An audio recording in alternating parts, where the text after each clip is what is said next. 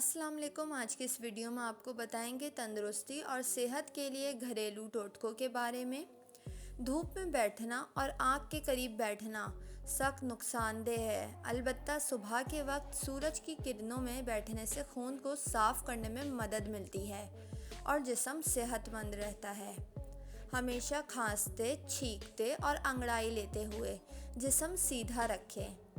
इस मौके पर जिस्म का जो हिस्सा टेढ़ा रखा जाए बाज़ औक़ात वो टेढ़ा ही रह जाता है।